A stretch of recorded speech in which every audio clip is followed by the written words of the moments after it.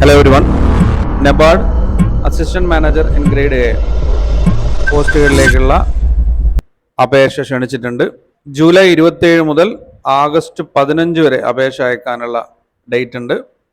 August 15 അവസാന തീയതി വരുന്നത്. അപ്ലിക്കേഷൻ അയക്കുന്നതിന് മുമ്പ് നോട്ടിഫിക്കേഷൻ കൃത്യമായി കാര്യങ്ങൾ വായിച്ച് മനസ്സിലാക്കി ഓൺലൈനായിട്ട് അപേക്ഷ അയക്കുക എന്നുള്ളത് കൃത്യമായിട്ട് ഇവിടെ പറഞ്ഞിട്ടുണ്ട്. ജൂലൈ 27 മുതൽ ആഗസ്റ്റ് 15 വരെ നമുക്ക് അപേക്ഷിക്കാനുള്ള അവസരമുണ്ട്. ഈ ഒരു പോസ്റ്റിലേക്കായിട്ടുള്ള പ്രിലിമിനറി എക്സാമിനേഷൻ ഫേസ് 1 സെപ്റ്റംബർ 1 നടക്കുന്നത്. മെയിൻ എക്സാം എന്നാണെന്നുള്ളത് സൈറ്റിൽ അനൗൺസ് ചെയ്യുമെന്നുള്ളതാണ് കൃത്യമായിട്ട് ഇവിടെ പറഞ്ഞിരിക്കുന്നത്. ഇനി നമുക്ക് വേക്കൻസീസ്, അതിൻ്റെ റിസർവേഷൻ നോക്കിക്കഴിഞ്ഞാൽ ജനറലായിട്ട് വരുന്ന പോസ്റ്റുകൾക്ക് unreserved 23, SC 7, ST 3, OBC 12, EWS 5, അങ്ങനെ ടോട്ടൽ 50 പോസ്റ്റുകൾ അതിൽ വരുന്നുണ്ട്. Chartered accountant unreserved 1, OBC 1, EWS 1, അങ്ങനെ 4 പോസ്റ്റുകൾ. ഫിനാൻസിൽ ടോട്ടൽ 7 ഒഴിവുകളാണ്. കമ്പ്യൂട്ടർ ആൻഡ് ഇൻഫർമേഷൻ ടെക്നോളജി അതിൽ 16 ഒഴിവുകളുണ്ട്. OBCക്കായിട്ട് 5 ഒഴിവുകളുണ്ട്. Animal husbandry 2 ഒഴിവുകളാണുള്ളത്. ഫിഷറീസിൽ 1 ഒഴിവുണ്ട്. ഫുഡ് പ്രോസസ്സിംഗ് 1 ഒഴിവ്. ഫോറസ്ട്രി 2 ഒഴിവ്. പ്ലാന്റേഷൻ ആൻഡ് ഹോർട്ടിക്കൾച്ചർ 1 ഒഴിവുണ്ട്.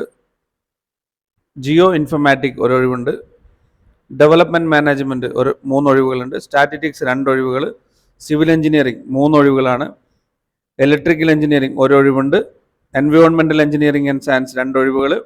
ഹ്യൂമൻ റിസോഴ്സസ് മാനേജ്മെൻറ്റ് 2 ഒഴിവുകൾ. അങ്ങനെ മൊത്തം 102 ഒഴിവുകളാണുള്ളത്. അതിൽ 2 ഒഴിവുകൾ രാജ്ഭാഷ, അങ്ങനെ 102 ഒഴിവുകളാണ് വരുന്നത്. ഓക്കെ, റിസർവേഷൻ്റെ ഡീറ്റെയിൽസ് ഇവിടെ കൊടുത്തിട്ടുണ്ട്. നിങ്ങൾ നോട്ടിഫിക്കേഷൻ ഒന്ന് പരിശോധിക്കുക.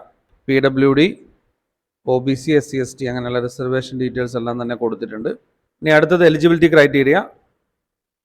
അതിൽ നമ്മുടെ എഡ്യൂക്കേഷൻ ക്വാളിഫിക്കേഷൻ എന്ന് പറയുന്നത്, നമ്മൾ നേരത്തെ നോക്കിയ ജനറൽ പോസ്റ്റിലേക്ക് ഡിഗ്രിയാണ് യോഗ്യത. 60% മാർക്കോട് കൂടിയിട്ടുള്ള ഡിഗ്രിയാണ് യോഗ്യതയായിട്ട് പറയുന്നത്. SC, ST, PWD 55% മാർക്ക് മതിയാകും.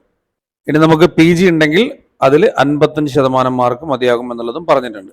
SC, ST, PWD അപ്ലിക്കൻസിന് ഇത് 50% മാർക്കും മതിയാകും. ഓക്കെ, ചാർട്ടേഡ് അക്കൗണ്ടൻറ്റ് യോഗ്യത വേണം. ഫിനാൻസിലേക്ക് BB ആണ് യോഗ്യത. അതിൽ മെയിൻ വിഷയങ്ങൾ ഫിനാൻസ് ആൻഡ് ബാങ്കിങ് വരണം. 60% മാർക്കാണ് അതിൽ പറയുന്നത്. 60% മാർക്കോട് കൂടിയിട്ടുള്ള BBA. SC, ST ആണെങ്കിൽ 55% മാർക്ക്. PWD. PG ആണെങ്കിൽ നേരത്തെ പറഞ്ഞതുപോലെ തന്നെ 55% മാർക്ക്. അതിൽ SC, ST, PWD 50% മാർക്ക് മതിയാകുമെന്നുള്ളതാണ്. അംഗീകൃത സർവകലാശാല ബിരുദം ആവശ്യമാണ് എന്നുള്ളത് കൃത്യമായിട്ട് പറഞ്ഞിട്ടുണ്ട്.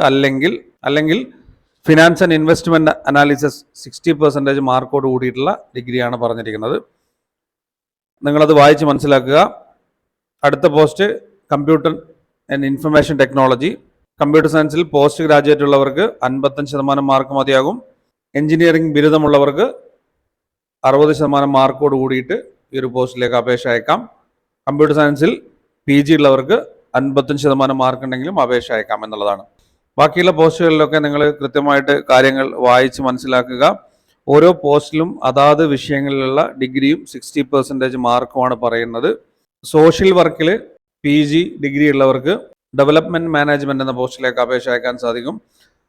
മാർക്കിൻ്റെ കാര്യങ്ങളൊക്കെ തന്നെ നമ്മൾ നേരത്തെ പറഞ്ഞതുപോലെ തന്നെയാണ്. അത് വീണ്ടും എടുത്ത് പറയേണ്ടിയില്ല.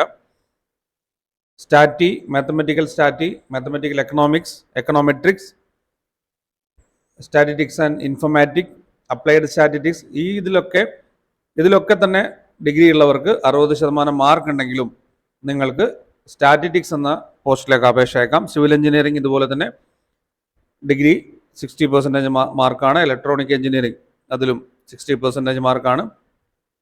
HRMൽ PG ഉണ്ടെങ്കിൽ 50% മാർക്കോട് കൂടി നമുക്ക് ഈ പോസ്റ്റിലേക്ക് അപേക്ഷ അയക്കാൻ സാധിക്കുമെന്നുള്ളതാണ്. Assistant manager grade A Rajbhasha, അതും ഇതുപോലെ തന്നെ ഡിഗ്രി 60% മാർക്കാണ്. SC, ST അപ്ലിക്കൻസിന് മാർക്ക് ഇളവ് ലഭിക്കുന്നുണ്ട് എന്നുള്ളതും മനസ്സിലാക്കുക. ഏത് രീതിയിലാണ് മാർക്ക് കാൽക്കുലേറ്റ് ചെയ്യേണ്ടത് എന്നുള്ള കാര്യങ്ങളൊക്കെ കൃത്യമായിട്ട് ഇവിടെ പറഞ്ഞിട്ടുണ്ട്. നോട്ടിഫിക്കേഷൻ്റെ ലിങ്ക് ഡിസ്ക്രിപ്ഷനിൽ കൊടുത്തിട്ടുണ്ട്. നിങ്ങൾ കൃത്യമായിട്ട് കാര്യങ്ങൾ വായിച്ച് മനസ്സിലാക്കുക. ഓരോന്നിൻ്റെയും കാര്യങ്ങൾ കൃത്യമായിട്ട് കൊടുത്തിട്ടുണ്ട്. ഏജ് ലിമിറ്റ് പറയുന്നുണ്ട്. 21 വയസ്സ് മുതൽ 30 വയസ്സ് വരെ ആയിരിക്കണം. ആർക്കൊക്കെ ഏജ് ലിമിറ്റ് ഇളവ് ലഭിക്കുമെന്നുള്ളതും പറയുന്നുണ്ട്. OBCക്ക് 3 വർഷവും SC, ST, PWD 5 വർഷവും ഇളവ് ലഭിക്കുന്നുണ്ട്. PWD ജനറൽ 10 വർഷം, PWD OBC 13 വർഷം, PWD SC/ST 15 വർഷം വയസ്സിളവ് ലഭിക്കുന്നുണ്ട്. PWD അപേക്ഷകർക്ക് നല്ല അവസരമാണ് ഇതിലൊക്കെ കാണുന്നത്. സാധ്യത വളരെ കൂടുതലാണ്. അങ്ങനെയുള്ളവരൊക്കെ അപേക്ഷ അയക്കുക, പ്രിലിമിനറി എഴുതുക, മെയിൻ ലിസ്റ്റിലേക്ക് വരിക, മെയിൻ പരീക്ഷ എഴുതുക. സിലബസ് ഒക്കെ തന്നെ കൃത്യമായിട്ട് കൊടുത്തിട്ടുണ്ട്. ഏത് രീതിയിലാണ് ഇൻ്റർവ്യൂ വരുന്നത്, മറ്റുള്ള കാര്യങ്ങളൊക്കെ കൊടുത്തിട്ടുണ്ട്.